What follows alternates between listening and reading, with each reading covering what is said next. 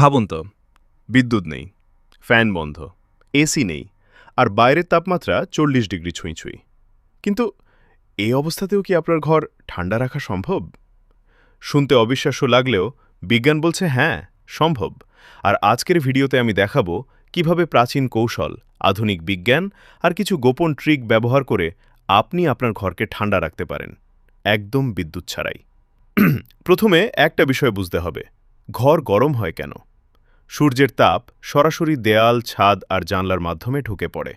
এটাকে বলে hit Kane. সবচেয়ে বেশি তাপ ঢোকে ছাদ দিয়ে, প্রায় 60% পর্যন্ত। আর আমরা ভুলটা কোথায় করি জানেন? আমরা শুধু ঘরের ভেতর ঠান্ডা করার চেষ্টা করি, কিন্তু বাইরে থেকে তাপ ঢোকা বন্ধ করি না। এখানেই শুরু হয় আসল বিজ্ঞান। ১. সাদা রঙের ছাদ, কুল রুফ ইফেক্ট। আপনি কি জানেন, কালো ছাদ 90% পর্যন্ত তাপ শোষণ করে, কিন্তু সাদা রং মাত্র 20% শোষণ করে। মানে শুধু ছাদ সাদা রং করলে আপনার ঘরের তাপমাত্রা 3 থেকে 5 ডিগ্রি কমে যেতে পারে। 2. ভেজা কাপড় বা খড়ের পর্দা। গ্রামে অনেক সময় জানালায় ভেজা খড় বা কাপড় ঝুলানো হয়। এটা কোনো কুসংস্কার না, এটা বিজ্ঞান। যখন পানি শুকায় তখন আশেপাশের তাপ শোষণ করে। এটাকে বলে ইভাপোরেটিভ কুলিং। এই একই প্রযুক্তি আজকের এয়ার কুলারে ব্যবহার করা হয়। 3. ক্রস ভেন্টিলেশন, বাতাসের পথ তৈরি করুন। একটা জানালা দিয়ে বাতাস ঢুকবে, আরেকটা দিয়ে বের হবে। এই সহজ কৌশলই ঘরের গরম বাতাস বের করে দেয়। কিন্তু শর্ত আছে, জানালা দুইটা বিপরীত দিকে হতে হবে। 4. মাটির ব্যবহার, থার্মাল ম্যাস। মাটির ঘর কেন ঠান্ডা থাকে জানেন? কারণ মাটি ধীরে তাপ শোষণ করে আর ধীরে ধীরে তা ছাড়ে। এই কারণে আপনি যদি মাটির কলসিতে পানি রাখেন, সেটা ফ্রিজ ছাড়াই ঠান্ডা থাকে। এখন আসি একটু ভিন্ন দৃষ্টিভঙ্গিতে।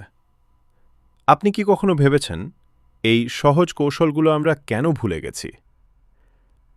মধ্যপ্রাচ্যের প্রাচীন শহরগুলোতে উইন্ড টাওয়ার ব্যবহার করা হতো, যা প্রাকৃতিকভাবে বাতাস টেনে এনে ঘর ঠান্ডা করত।